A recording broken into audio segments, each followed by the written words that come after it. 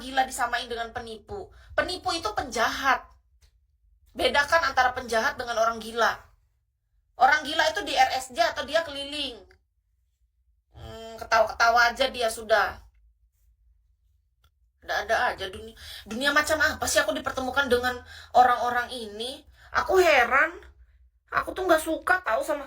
Aku dibilang nyinyir, aku tuh cuman bicara fakta, tidak merespon dari orang-orang yang typing di sini.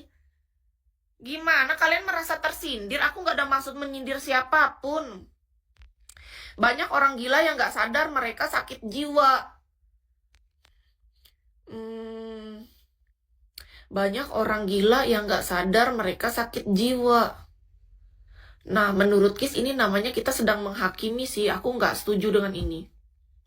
Kalau banyak orang bilang banyak orang yang sakit jiwa, artinya kan kakak tuh dokter jiwa atau orang yang memang di bidangnya. Aku nggak mau ikut campur dalam menghakimi, soalnya aku nggak mau itu akan terkena ke diriku sendiri, Kak. Tahu nggak, ketika kakak berkata seperti itu kan artinya kita menghakimi orang lain. Kita kan bukan dokter. Jadi kita nggak tahu, menurut Kis pribadi, ya alangkah baiknya kita lebih baik introspeksi diri daripada kita menilai tentang orang.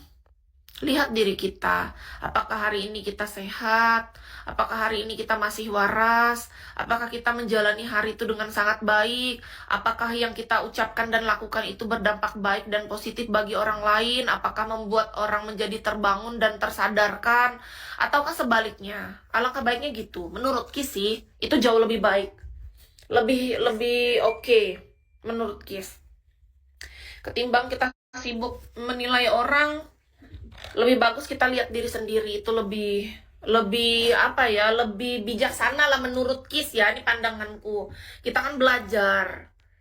Seseorang yang mau belajar menjadi lebih baik, dia nggak akan sibuk untuk sibuk iniin orang, lihat diri sendiri aja. Kis, apakah ada orang gila harta? Banyak sebenarnya orang yang suka sama harta tuh, contohnya gini. Ciri-ciri orang yang gila harta adalah dia akan melakukan segala cara, meskipun itu merugikan orang lain. Yang penting dia mendapatkan tujuannya. Tapi kalau orang yang mencari rejeki itu beda. Dunia ini adalah tempat kita hidup. Kita butuh yang namanya uang untuk menjalani kehidupan. Orang yang berusaha semaksimal mungkin melakukan yang terbaik, tapi dia masih memikirkan dampaknya.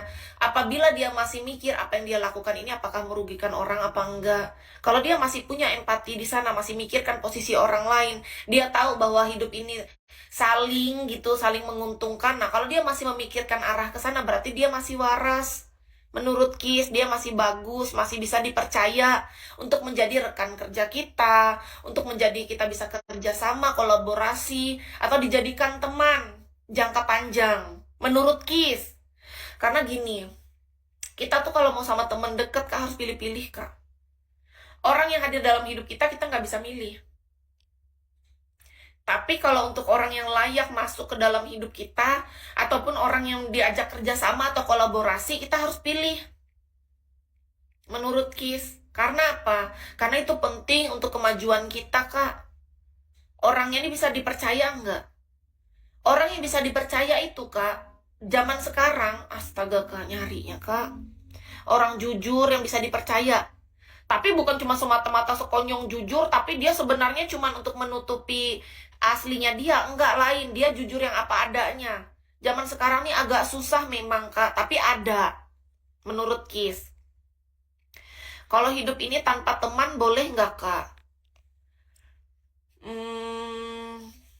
Tanpa teman ya. Menurut Kis, hidup tanpa teman itu adalah hal yang wajar. Tapi bukan berarti kita hidup tanpa manusia yang lain. Karena gini, konteks teman itu kan beda-beda orang nih menanggapinya. Kalau tanggapan Kis gini, teman pada umumnya adalah kita yang tiap hari harus ketemu, harus teleponan, harus video call, harus ya selalu ada lah gitu. Padahal menurut Kis, teman yang sesungguhnya bagiku ya, ketika memang itu dibutuhkan dan momen-momen urgent, itulah teman yang sesungguhnya. Yang dulu kita pikir kita punya banyak teman 1.000, 100 orang. Padahal teman kita tuh paling cuma 5 orang yang bener, Kak. Saat kita butuh dia ada. Itu teman sebenarnya. Jadi sebenarnya kalau dibilang hidup tanpa teman nggak apa-apa. Maksudnya kayak Ki sekarang sendiri. Tapi bukan berarti kita benar-benar nggak punya teman. Jadi kita harus paham batasan. Kayak Kis kalau dilihat aku sendiri kan. Mana ada aku ketemu sama temen aku. Tapi sebenarnya aku punya teman yang aku pegang, Kak. Yang aku percaya aku tuh ada. Di dalam pikiranku dan hatiku. Aku pegang, aku catat nama dia di dalam memoriku. Bahwa inilah teman yang aku percaya gitu. Tapi bukan berarti aku tiap hari ketemu dia. Tiap hari teleponan. Enggak. Tapi kita sama-sama tahu bahwa dialah temanku, aku teman dia.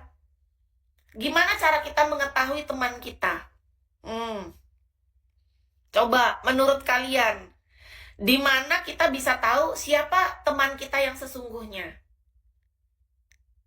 Teman-teman tahu tidak? Kalau Kis aku udah tahu.